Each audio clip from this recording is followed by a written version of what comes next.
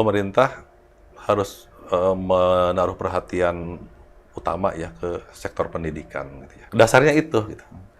Tanpa pendidikannya diperbaiki gitu ya, artinya diperbaiki itu bagaimana sih kita bisa mewujudkan pendidikan yang murah, mudah, bisa diakses oleh seluruh lapisan masyarakat gitu ya, sekaligus berkualitas gitu kan, menjadi fondasi ya. Kita bicara kualitas partisipasi politik ya, mau di pemilu atau di dalam penyelenggaraan kebijakan publik atau dalam tata kelola urusan publik.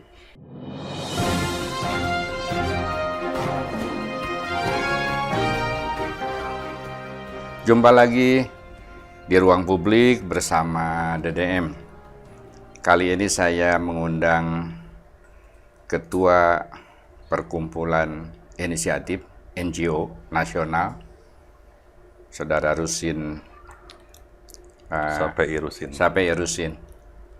Terima kasih sudah hadir. Sama-sama, ya, Kang Deddy. Orang kita ngobrol lah soal partisipasi politik masyarakat di pemilu 2024 itu seperti apa? Baik, Kang Deddy. Jadi mungkin saya melengkapi dulu, memperkenalkan diri ya. Betul. Ya. Jadi saya memang tadi salah satu aktivitas saya sebagai Ketua Perkumpulan Inisiatif, juga saya sedang memegang amanah juga sebagai Ketua Yayasan Pendidikan ya. Sama-sama kita ya, di dunia pendidikan gitu ya. Yayasan Al-Kausar Pelita Insani namanya. Okay. Sehari-hari juga saya ngajar juga di situ ya, SMP dan SMA. Selain itu saya juga masih memegang amanah juga sebagai koordinator Majelis Pengarah Organisasi Konfederasi Pergerakan Rakyat Indonesia. KPRI. NGO juga. Itu organisasi jaringan tingkat nasional yang anggotanya serikat-serikat buruh, serikat petani, serikat nelayan, serikat-serikat perempuan, gitu ya, masyarakat adat dari berbagai provinsi. Gitu, cukup lengkap. Iya. Ya, kembali ke topik ya yang di partisipasi politik ya, masyarakat di pemilu 2024 khususnya gitu ya. Kalau dari sisi data nih ya, kuantitatif lah ya. Secara kuantitatif terjadi peningkatan sih ya. Data terakhir yang dirilis oleh Kompas juga menunjukkan peningkatan dibandingkan pemilu-pemilu sebelumnya gitu ya. Kalau nggak salah di pemilu sekarang 83%. Bahkan untuk pemilihan presiden 85%. Yang 83% lebih tinggi justru ya. 83% itu pileg. Presiden justru lebih tinggi. Lebih tinggi gitu kan. Di 2019 sama-sama 81. Sama-sama 81. Antara presiden dan pileg. Gitu. Tapi waktu itu kan belum bersamaan kan? Belum bersamaan. Ya. 2019 masih udah bersamaan. Sudah bersamaan. Kita udah dapat 5 kertas suara kan. Suara ya. Nah, 2014 yang Iya. 2014 itu sekitar 75%-an gitu. Jadi artinya secara kuantitatif terus meningkat. Partisipasi masyarakat ya untuk memilih meningkat gitu. Nah, kenapa saya bilang ini kuantitatif gitu ya? Karena kuantitatif ini kan hasil dari banyak faktor gitu ya. Faktornya kalau ditelusuri kan dari DPT-nya sendiri yang banyak juga mempersoalkan kan. DPT yang 204.800.000-an ya. Yang sekarang itu 2024 ya. 204.807.000. 222. Kurang lebih segitu. Itu juga dari DPT-nya sendiri kan. Dan banyak juga kan kemarin pengaduan-pengaduan di hari pencoblosan juga banyak juga yang kasus-kasus yang nggak bisa nyoblos ya, meskipun sudah disediakan DPTB segala macam gitu. Tapi yang ingin saya ulas justru mungkin kita bisa bicara lebih kualitatif gitu ya. Meskipun ya kita akan mengkombinasi dengan hal data-data yang sifatnya kuantitatif. Nah kan pertanyaannya siapa pemilih kita itu selain dari jumlah DPT-nya 204 juta itu gitu ya. Kan ya banyak sudah dirilis di berbagai media ya. Mayoritas milenial sama Gen Z ya. Itu kan sampai 55% pemilih kita itu Gen Z-nya 23%, milenialnya 30 sekian persen ya. Meskipun masih ada yang Gen X-nya tuh ya, Gen X-nya juga 30%. Tapi kalau di jumlah milenial sama Gen Z mayoritas. Nah artinya apa? Artinya sebenarnya pemilih sekarang itu sekitar 55% mereka yang relatif sebenarnya sudah native-nya media-media yang berkembang dalam media sosial yang berkembang 10-15 tahun belakangan gitu ya, sudah ya well informed, well known, dan juga sudah sangat terbiasa dengan teknologi informasi yang perkembangan dalam 20 tahun terakhir ini sangat eksponensial lah ini. Nah itu berhubungan dengan apa gitu ya? Berhubungan sebenarnya diskursus tentang gitu ya, tentang pemilu, tentang profil, tentang paslon segala macam relatif lebih baik sebenarnya. Karena kanalnya lebih banyak kan, karena lebih banyak segala macam. Kalau dulu mungkin hanya menggunakan media-media luar ruang gitu ya, baliho apa segala macam gitu kan. Terus mungkin juga lebih pada langsung pertemuan-pertemuan langsung gitu ya. Tapi sekarang anak-anak sekarang gitu ya, yang tadi yang 55% itu dia dimanapun, mungkin di tengah-tengah kuliahnya dia bisa nonton TikTok atau YouTube atau podcastnya banyak para ahli atau informasi-informasi lainnya gitu ya. Tapi mungkin yang problem akses terhadap sejarah barangkali. Akses nah itu kita harus melihat gambaran lebih besarnya kan. Gitu, gambaran lebih besarnya. Gambaran lebih besar yang saya maksud, kalau tadi kan data berdasarkan usia berdasarkan usia dan dihubungkan juga dengan penguasaan informasi gitu. Tapi yang namanya informasi, punten ini saya di depan pakarnya. Yang namanya informasi kan banyak juga yang kemudian hasilnya menjadi sampah sebenarnya, gitu ya. Ketika tidak pas dengan kebutuhannya, salah mengolahnya dan seterusnya, gitu ya. Itu kan berkaitan dengan persepsi masing-masing. Dengan persepsi masing-masing, gitu kan. Nah itu di sisi lain, kalau kita lihat profil ya, karakteristik masyarakat kita lebih luas nih, karena kita bicara tadi partisipasi politik masyarakat ya. Bukan hanya di pemilu. Kan partisipasi masyarakat tuh ada yang 5 tahunan. Gitu ada kan. yang sustainable, ada yang tahunan. Yang tahunan itu kan ada, kalau di perencanaan dan penganggaran tuh ada musrenbang, ada musrenbang di tingkat desa, di tingkat kecamatan, di tingkat kabupaten. Itu kan ruang-ruang partisipasi. Ada yang sifatnya bahkan harian gitu. Bagaimana masyarakat kemudian engage, bagaimana masyarakat kemudian turut mengontrol kualitas pelayanan publik yang diterimanya gitu ya, yang sehari-hari itu kan. Jadi partisipasi politik itu kan merentang dari yang harian sampai yang 5 tahunan. Meskipun yang 5 tahunan ini memang cukup signifikan karena inilah momentum untuk memilih orang-orang yang akan diberi kewenangan, akan diberi otoritas gitu untuk mengelola sumber daya publik yang sedemikian besar. Nah, kembali ke profil masyarakat kita gitu ya. Kan dari 270 jutaan ya untuk kita itu yang bekerja itu kan 140 jutaan ya, 139 juta sekian. Dari 139 juta sekian itu 60%-nya pekerja informal. Sektor informal. Informal gitu ya. Yang formal tuh 40%. 40%. Artinya apa? Artinya sebenarnya orang bekerja tapi kemudian tidak ada kepastian ikatan kontrak kerja yang struktur dan sustain gitu kan. Orang terancam nganggur dan setiap saat gitu kan. Sangat rentan. Meskipun ya kalau kita bicara pengangguran terbuka itu sekarang udah di bawah 10% gitu ya. Tapi kan pengangguran yang tidak terbukanya, yang tidak terbuka, yang tadi itu orang bekerja dalam seminggu, orang bekerja di hari Senin, hari Selasa, Rebo sampai Minggunya Bulan ini kerja, bulan depan nggak tahu, gitu kan. Nah itu profil masyarakat kita yang kesehariannya begitu, gitu kan. 60%-nya informal. Dan dari 139 itu, gitu kan,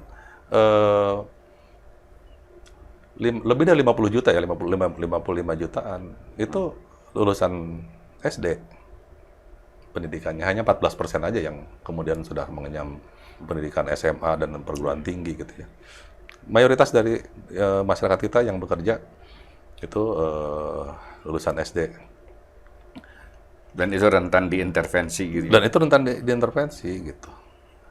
Belum lagi kalau kita masuk dari yang bekerja ini, gitu kan, apalagi kalau kita tadi masuk kerja yang 40% yang formal itu, yang berorganisasinya berapa banyak sih? Gitu. Karena bagi saya partisipasi politik itu dibentuk atau produk dari kesadaran politik.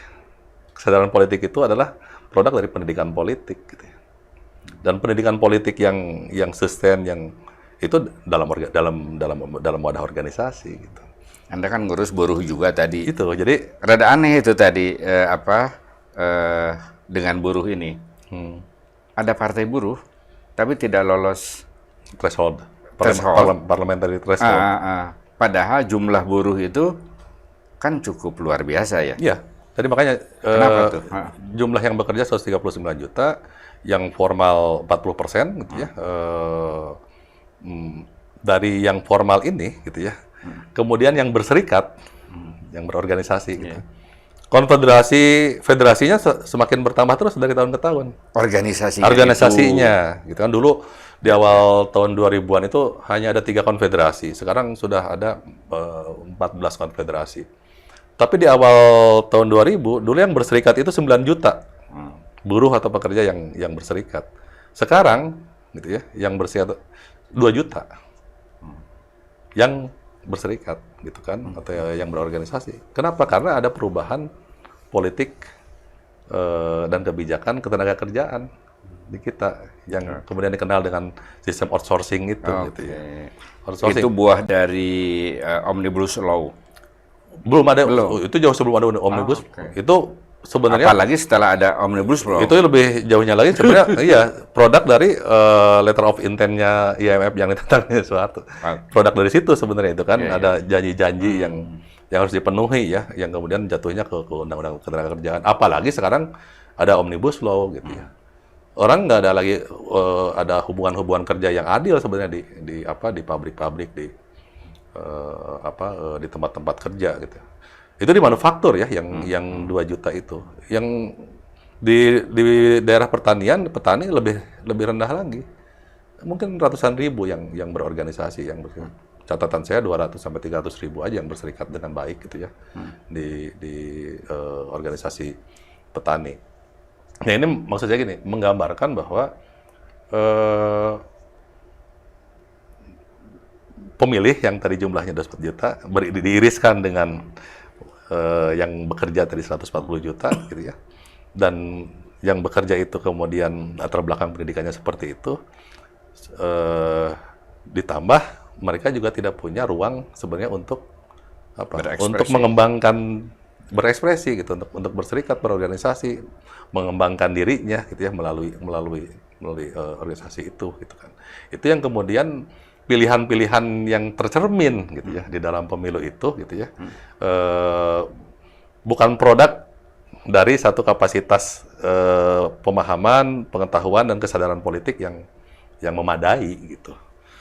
Padahal ini selain itu di dunia pendidikan juga kan sekarang semakin aktivitas-aktivitas kemahasiswaan punten ya seakan sebagai akademisi gitu kan. Sekarang kan mahasiswa juga dalam tanda petik dalam tekanan gitu ya. Nyaris tidak punya, hanya benar-benar mereka yang memilih untuk mengambil beraktivitas di situ aja dengan mengambil resiko. Sekarang kan benar-benar dikondisikan lulus tepat waktu dengan nilai tertentu dan seterusnya. Ya, jadi di semua lini itu ya. Di semua lini dilakukan perlakuan atau kebijakan yang membatasi ruang partisipasi itu ya. Iya, itu jadi partisipasi politik itu karena produk dari faktor-faktor itu gitu. Maksudnya kita nggak bisa tuh melepaskan dari situasi atau dari gambaran besarnya yang seperti itu gitu. Jadi buruh-buruh itu tidak terafiliasi dengan secara real dan sadar terhadap partai buruh, itu juga itu mungkin interaksi antara si partai dengan buruh orang-orang atau pekerjanya sendiri buruhnya gitu. gitu ya, gitu. Itu tidak intens, kemudian juga komunikasinya juga mungkin tidak nyampe, nah sehingga merasa mereka itu tidak terwakili gitu dengan organisasi itu, dan sudah disorientasi, boro-boro mikir partai lah gitu. Ya kadang-kadang kita juga kalau kalau dalam disamakan dulu penyebutnya gitu kan, sama-sama buruh, sama-sama pekerja, ternyata tidak cukup itu gitu ya. Karena di buruh juga ada di pekerja juga ada segmentasinya gitu ya, ada kelas-kelasnya juga gitu kan. Belum lagi kemudian antar organisasi, tadi ya dari 3 konfederasi sekarang menjadi 14 konfederasi gitu ya. Dan menurut saya masih butuh waktu untuk terus berkonsolidasi itu. Artinya peluang masih ada sebenarnya gitu ya. Peluang masih ada untuk rakyat pekerja ini untuk bisa terus mengkonsolidasi diri, membangun kekuatan politiknya gitu ya, dan yang paling penting itu menjadi ruang partisipasi politik harian dari masyarakat, dalam hal ini buruh gitu kan. Ruang menjadi ruang rakyat pekerja untuk mengembangkan dirinya gitu kan. Itu yang menurut saya krusial ya, dan akan kelihatan itu nanti kualitasnya itu kita bisa cek, salah satu barometernya tadi yang 5 tahunan di pemilu nasional, pemilu pilkada gitu ya, atau di pilkades ya kalau di desa gitu kan. Jadi sejauh mana pergeseran dari pemilih yang primordial menjadi pemilih rasional itu produk dari tadi proses ruang-ruang pendidikan politik di tengah-tengah masyarakat sendiri gitu ya. Gimana dengan aktivitas atau partisipasi kaum perempuan secara umum? Partisipasi perempuan tinggi ya, perempuan secara umum. Tapi partai belum sampai Ya, pada 15%, 30% atau berapa hak representasi perempuan? 1/3 ya, 30% itu ya. Jadi, sebenarnya kan gini, memang kualitas partisipasi kita dalam hal gender ini masih dalam level afirmasi, dan ini juga masih jauh gitu ya. Masih afirmasi atas keterwakilan perempuan gitu kan. Dan kita secara number mungkin ada banyak partai terpenuhi itu, memenuhi syarat itu gitu. Secara kuantitatif gitu kan. Tapi kalau kita lihat sejauh mana gitu kan kemudian mewakili ya gitu ya, wakil-wakil, taruhlah pengurus maupun wakil di DPR maupun di DPRD yang perempuan dari partai-partai ini, terhubung nggak tuh dengan perempuan kebanyakan gitu ya. Perempuan kebanyakan yang tadi dalam hubungan-hubungan produksi, dalam hubungan sosial, bahkan dalam hubungan-hubungan reproduksi timpang gitu. Terwakili nggak itu gitu kan? Terwakili nggak oleh, ya sorry to say gitu ya, bahwa ada kawan-kawan kita yang kita tahu sekali dinner gitu ya dengan pasangannya, dengan suaminya mungkin 1,5 juta berdua gitu ya. Tapi banyak ibu-ibu perempuan lain harus mengelola uang 1,5 juta itu untuk sebulan dengan anak 3 gitu atau anak 4 gitu. Itu ada gap yang luar biasa gitu. Bicara kualitas representasi perempuan ya. Meskipun concern-nya bisa ditangkap juga gitu. Concern-nya ditangkap. Untuk memperpendek jarak itu kan minimal concern gitu. Concern itu dihasilkan oleh apa? Dihasilkan oleh interaksi gitu kan. Nah, kita bisa lihat sejauh mana gitu kan interaksi apa terjadi hanya 5 tahunan gitu ya ketika mau nyalon, atau interaksi secara bermakna ya setiap saat itu terjadi gitu. Masuk ke ruang-ruang, masuk nggak tuh ke perempuan yang kerja di pabrik-pabrik setiap saat, yang hak-hak normatifnya gitu kemudian. Nah, itu bisa kita lihat lah. Sekarang itu Pak, soal disabilitas tuh. Apakah ruang-ruang untuk membuka ya partisipasi kaum disabilitas dalam politik, khususnya misalnya pemilu, itu sudah mencukupi. Kalau menurut saya sih masih cukup jauh ya. Masih jauh. Masih cukup jauh ya. Karena Dari sisi hal-hal technicalities mungkin beberapa hal mulai dipikirkan dan mulai dijawab ya, kertas suara misalnya untuk yang tunanetra, braille apa segala macam. Dulu saya ikut memperjuangkan soal ukuran aja nih, ukuran TPS gitu ya. Kan kursi roda itu minimal 75 cm itu, gitu kan. Dulu TPS kita pernah kurang dari itu. Gimana orang yang pakai kursi roda bisa masuk ke situ gitu kan. Terus maksudnya mungkin supaya bisa dibantuan, bisa membisik gitu kan. Itu contoh paling teknis ya, contoh paling teknis dari. Kalau lebih dari itu, sejauh mana sekarang partai politik membuka ruang juga misalkan untuk teman-teman penyandang disabilitas ini untuk diafirmasi gitulah. Masuk ke dalam kandidasi di partai politik gitu kan, karena hanya partai politik kan yang bisa gitu kan. Ada contoh kemarinnya di DPD Jabar ada Kang Jumono ya, aktivis penyandang disabilitas juga, yang saya ingat ini kedua kalinya dia nyalon DPD. Ya suaranya sejauh ini mungkin di lebih dari 100.000 ya. Artinya apa? Artinya menurut saya Kang Jumono sendiri gitu ya, gitu. Belum mendapatkan perhatian atau bahkan support dari teman-teman dari kita yang juga mungkin sendiri. Bahkan concern apalagi dari orang yang non disabilitas gitu ya. Iya, itu satu kenyataan yang menurut saya kan kebijakan kita memandatkan 1% itu sebenarnya. 1% penyandang disabilitas harus masuk ke terwakili ya, di tempat kerja. Tempat kerja misalkan di PNS di Kota Bandung, kalau jumlah misalkan birokrasi taruhlah 10.000 gitu segala macam, itu 1%-nya ruang untuk teman-teman penyandang disabilitas. Meskipun yang angka 1% segala macam tuh mungkin ngambil proporsi ya antara jumlah penyandang disabilitas dengan populasi. Itu pun sulit gitu kan. Belum jalan. Jalan. Sudah ada ya 1-2 segala macam gitu ya. Asal ayal gitu. Iya. Nah ini tantangan ya. Tentu saja kawan-kawan yang bergerak dalam pengorganisasian dan penguatan hak-hak penyandang disabilitas itu bekerja keras ya. Saya tahu proses itu gitu ya. Bekerja keras untuk memperjuangkan berbagai kebijakan di level pusat maupun di daerah gitu ya. Untuk ya layanan-layanan dasar aja gitu ya. Layanan-layanan dasar kayak BPJS dan kesehatan, ketenagakerjaan gitu kan, banyak teman-teman yang juga belum can kagero gitu bahasa Sundanya, belum terperhatikan gitu. Apalagi masuk ke ruang-ruang politik representatif atau politik elektoral gitu ya.